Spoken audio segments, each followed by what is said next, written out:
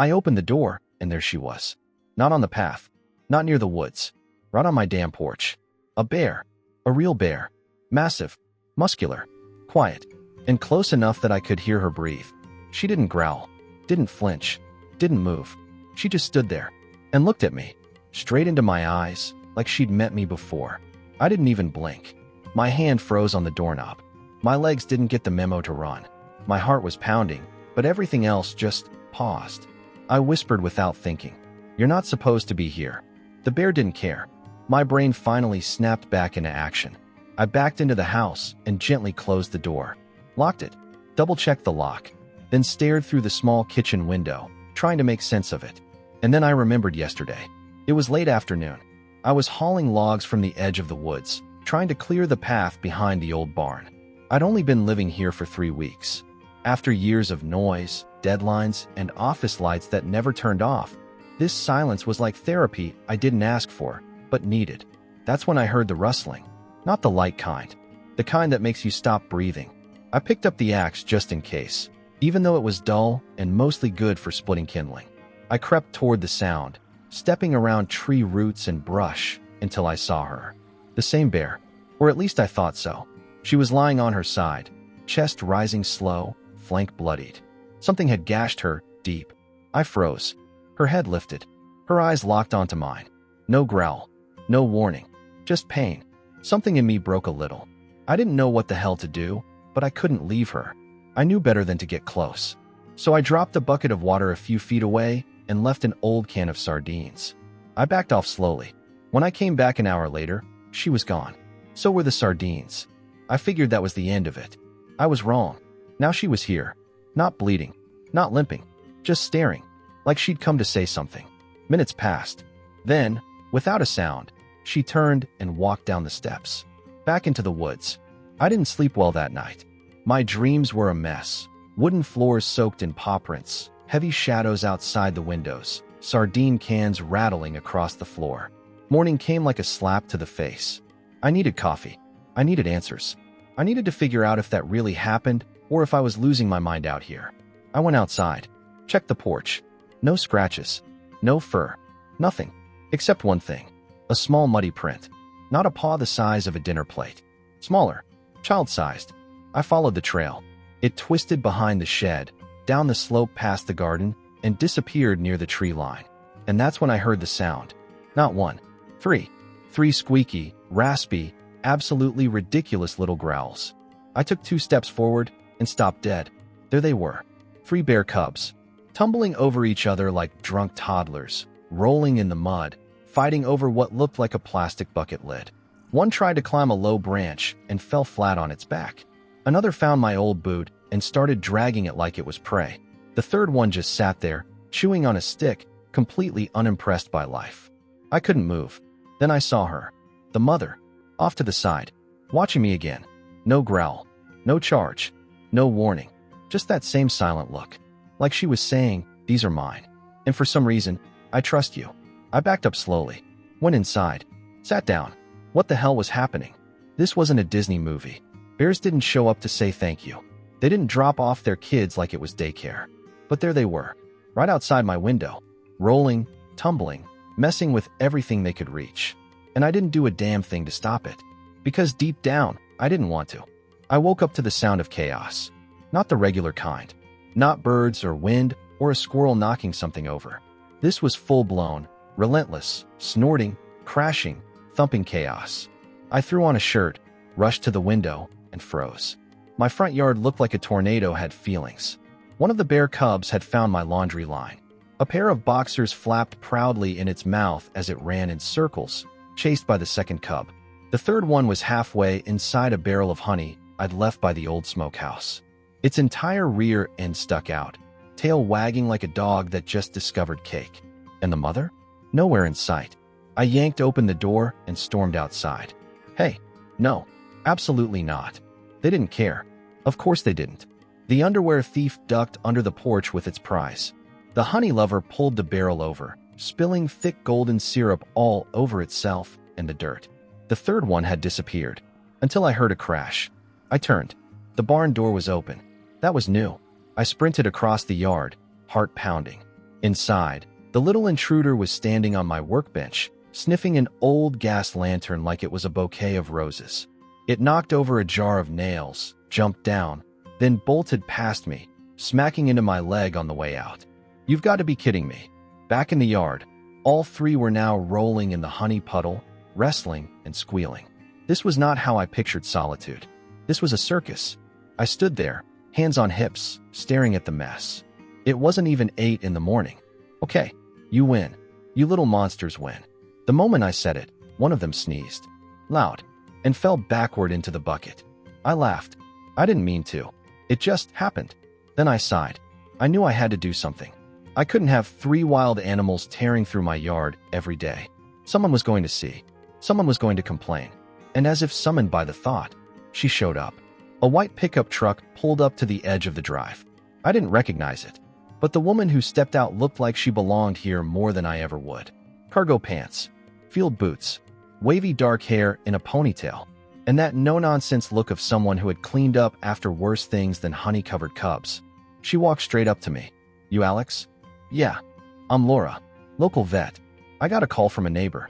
Said you might be harboring fugitives. I blinked. She pointed to the yard. 2 of the cubs were now wrestling with my garden hose.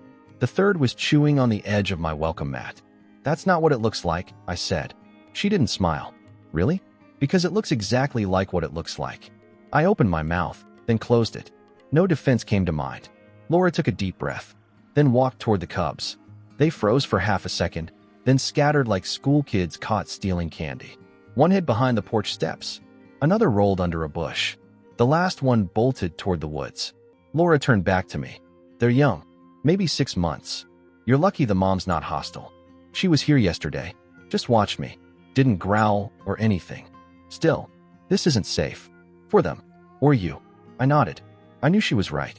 You planning to keep feeding them? No, not really. They just kind of show up. That's how it starts. You give them a reason to come, they won't stop. So what do? Call wildlife services. They'll relocate them. Safely.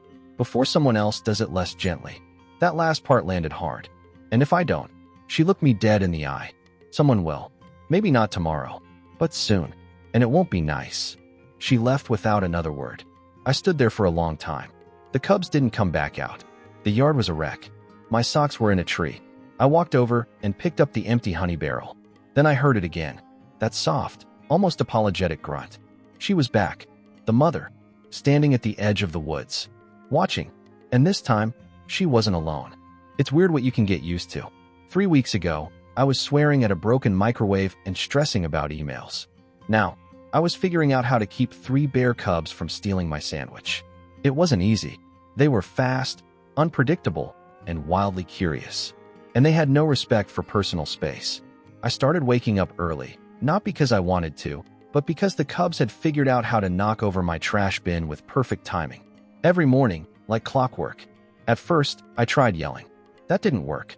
Then I tried ignoring them. Worse. Finally, I started meeting them halfway. I'd put scraps of fruit and veggies in a tin basin near the back fence. A peace offering. They caught on quick. Within days, they'd wait near the tree line, bouncing on their paws like kids at recess. The mother bear never came close. She stayed in the woods, always watching, always silent. But she let them come. And that, more than anything, told me something important. She trusted me. That should have scared me. It did, but only a little. One of the cubs, the smallest, started following me around when I worked outside. I named him Boots because he had dark fur on his legs that looked like ankle boots. The others I didn't name. I didn't want to get attached. Too late for that. Boots would sit 5 feet away while I chopped wood. He'd sniff at the chips and tilt his head like he was trying to understand. I talked to him sometimes, just to hear myself speak. See this? Oak. Tough stuff. Like you, huh? He'd sneeze in response. Or fall over. And somehow, that meant something. It wasn't all sweet moments, though. One afternoon, I heard a voice out front. Hey, anybody home? I stepped onto the porch. A man I didn't recognize stood near the gate, arms crossed. You Alex? Yeah. You know there's bears on your property? I nodded slowly. Thought you should know. They've been spotted near my cousin's chickens. Spooked his dog. Town doesn't like that. I swallowed. They haven't hurt anyone. Yet. Look, I'm not the law. But someone else might make a call you won't like. He walked away without waiting for a response. That night, I didn't sleep much. I sat on the porch, wrapped in an old blanket, watching the woods. No cubs, no rustling, just wind through the trees. In the quiet, I realized something that hit me hard. I was starting to care. Not just in a casual, oh look how cute way. I was invested. I knew their patterns. I worried when they didn't show up. I smiled when they did. And yeah, that scared the hell out of me. Because Laura was right. This couldn't last. The next morning, she came by again. Didn't even knock. Just stood by the fence, waiting. "They're still coming, huh?" she asked. "Every morning." "You feeding them?" "Just scraps. To keep them out of trouble." She raised an eyebrow. "That's not keeping them out of trouble. That's teaching them to come back. They already come back. And when they grow up?"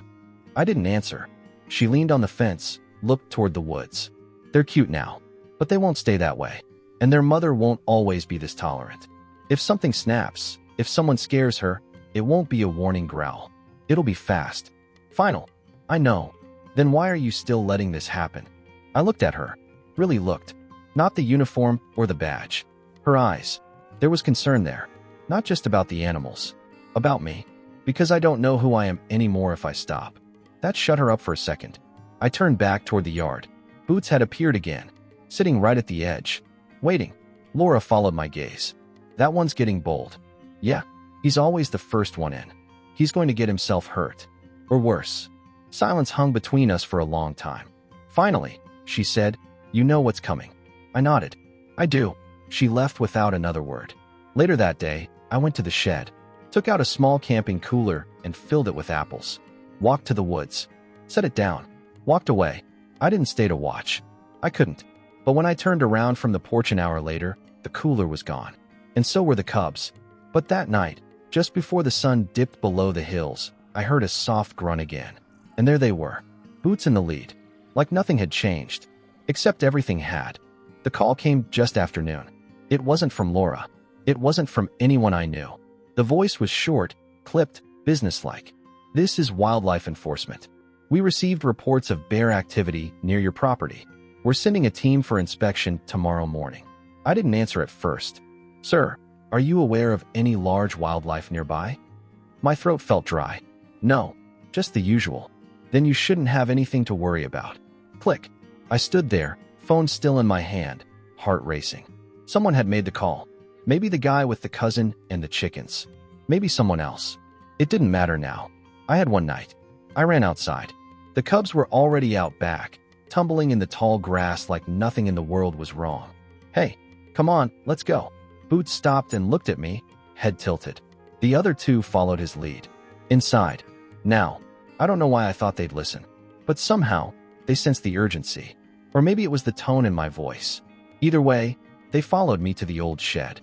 I opened the back door, cleared out the tools and sacks of seed, threw down an old tarp. They crawled in, confused, a little scared. I closed the door, latched it, then sat on the ground, back against the shed, trying to breathe. That's when Laura pulled up. She got out of the truck and saw my face. "What happened?" "Enforcement. They're coming. Tomorrow." She didn't speak for a second, then nodded. "Okay, we need to move fast." She helped me cover scent trails around the yard with vinegar. We scrubbed down the trash bins, gathered anything that smelled like food, moved it all into the basement. And then we waited. Night came fast. I checked on the cubs every hour. They were restless. One kept pacing. Boots curled up in a corner, shivering a little. Around 2 a.m., I dozed off. I woke to the sound of the latch snapping. The shed door was open. One of them was gone. I grabbed a flashlight, heart pounding, and bolted into the woods. Branches clawed at my arms. The cold bit through my shirt. I called out, not shouting, but loud enough for a cub to hear. Nothing. Then, a yelp. Sharp. Panicked. I followed it. Found him. The smallest cub. Caught in a leg trap. Not one of the humane ones. An old rusted thing. Illegal. He was writhing, mouth foaming, trying to bite at the steel. I dropped to my knees. "It's okay, buddy. I've got you." I couldn't open it. It was jammed. Frozen. My hands trembled. I pulled out my belt and wrapped it around the jaws. Tried to wrench it open. Nothing. I heard branches snap behind me. Laura. She saw the scene and didn't hesitate. She dropped her kit, pulled out a pry bar, and jammed it into the hinge. "Hold him." I did. His body jerked. He whimpered. And then, click, the trap opened. Blood oozed. Laura quickly pressed gauze to the wound. But it was too late. His eyes were cloudy, movement slowing. He stopped struggling. I held him, rocked him. He was still warm. Then I felt it. The ground seemed to shift. Behind us, a low, guttural roar.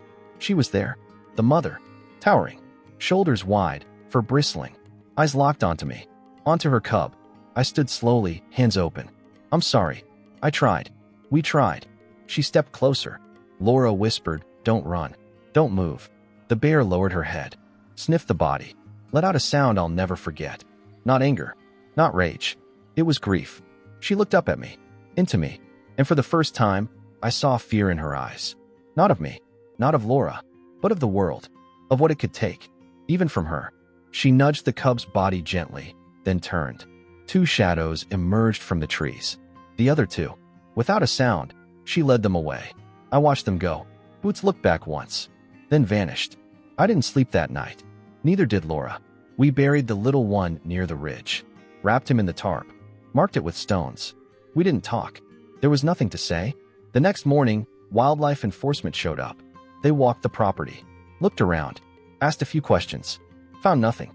They left, and so did the bears. It had been a week, a long, slow, hollow week. The woods were quiet, too quiet. No rustling near the shed, no grunts from the tree line, no muddy paw prints on my porch, just silence.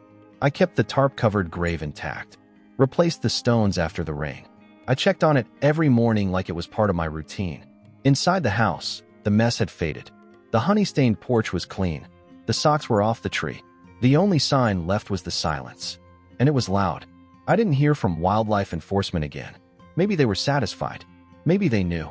But no one came back. The guy with the cousin never showed again. People stopped talking. Or maybe they were still talking. I just didn't listen anymore. Laura came by most evenings. She never stayed long. Sometimes she'd bring soup or ask about the grave. We didn't talk much. There was a heaviness between us now. Something unspoken but shared. One evening, she brought over a small, carved wooden bear. Made it when I was a kid, she said. Figured it belonged here now. I placed it on the windowsill. And that was that. On the 7th morning, I sat on the porch with coffee gone cold. I hadn't touched it in 20 minutes. My eyes were fixed on the horizon. Then I heard it. A grunt. Not loud. Just familiar. I stood slowly. She was there, standing at the edge of the clearing. Just her. I didn't move. Didn't speak. Just waited. She stepped forward. Slowly. Deliberately. Her eyes locked on mine. And then I saw it. Something in her mouth. Wrapped in vines. Soft. Fur. Motionless. My stomach dropped. My breath caught. She reached the porch and gently set it down. It moved. A tiny cub. Newborn. Barely bigger than my forearm. Eyes squinting. Legs trembling. I dropped to my knees. The bear cub blinked. Tried to stand. Wobbled. Then collapsed into a soft, huffing heap. I looked up. She was still watching me. But not with fear. Not even caution. Trust. Laura arrived an hour later. I hadn't called her. She just showed up. I was still on the porch, holding a warm towel around the cub. I don't believe it, she whispered. I think it's hers. But not the same litter. This one's new. Laura knelt beside me, checked its breathing, felt its limbs. Healthy. Just weak. Might have been the rut. She brought it here for help. I didn't ask how she knew. She didn't have to explain. Some things you just understand. We made a soft bed inside, near the fireplace. Laura brought goat's milk from the station. The cub drank greedily, then fell asleep almost instantly. The mother stayed outside, sat under the same tree she always did. Hours passed. She didn't move. At dusk, she stood and vanished back into the forest. But I knew she'd be back. The next morning, there were tracks near the porch. 2 sets, one large, one small, and a half-eaten apple. By the 3rd day, the cub was crawling across the rug like it owned the place. Laura laughed for the first time in days. By the 5th, he followed me outside. Boots, I caught myself calling him. But it wasn't him. Still, he didn't seem to mind. And I smiled. Really smiled. The grave was still there. Still marked. Still sacred. But now, just beside it, a second pile of stones. Smaller. Symbolic. Not a grave. A marker. For something returned. Laura and I stood there one evening, the cub between us, sniffing at the grass. You know this isn't normal, right? She said. Yeah, I know. You going to keep him? I don't think he's mine to keep. But he's here. And as long as he wants to be. She nodded. The sun dipped low. The woods glowed gold. From the trees, a soft grunt echoed again. And I felt peace. Not the kind that's silent, but the kind that fills you. I looked at the cub, at Laura, at the line where forest met sky. Life didn't go back to normal. It moved forward. Different. Better. And as I stood on that porch, a tiny paw in my hand and the sound of the forest alive again, I realized something. I wasn't alone anymore. Not really. Not ever again.